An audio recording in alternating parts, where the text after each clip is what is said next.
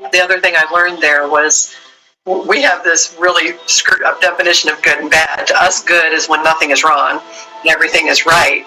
And in the spiritual realm, good is forward motion, no matter how awful it feels.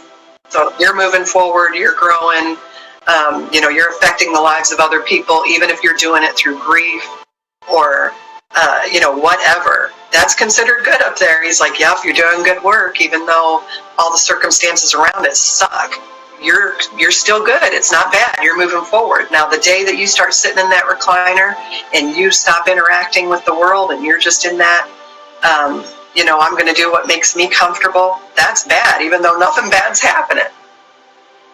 No, we're here for. We weren't here to be sedentary creatures that have no effect on the world around us. There's no point in you being here if that's what you're going to do.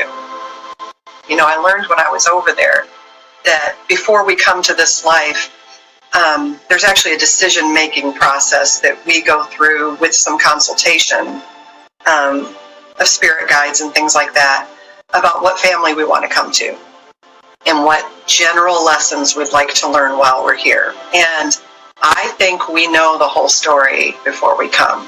I think we forget it when we get here. I try to remind people of that because before you came, you knew what traumas you were going to face. And you were like, that's the life I want to live. I want to have those lessons because those are going to contribute to the growth of my spirit and the way it needs to grow. And so this higher you makes decisions here that are terrible. And here they're awful because this life, we perceive it as being really a long time. But I got to tell you, when I pulled out of my body, this seemed like it had been over like that.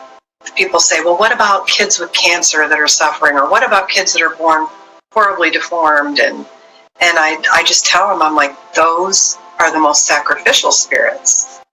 Those are the ones on the other side that said, I'll come void of even the ability to communicate just so I can show people a love that transcends speech.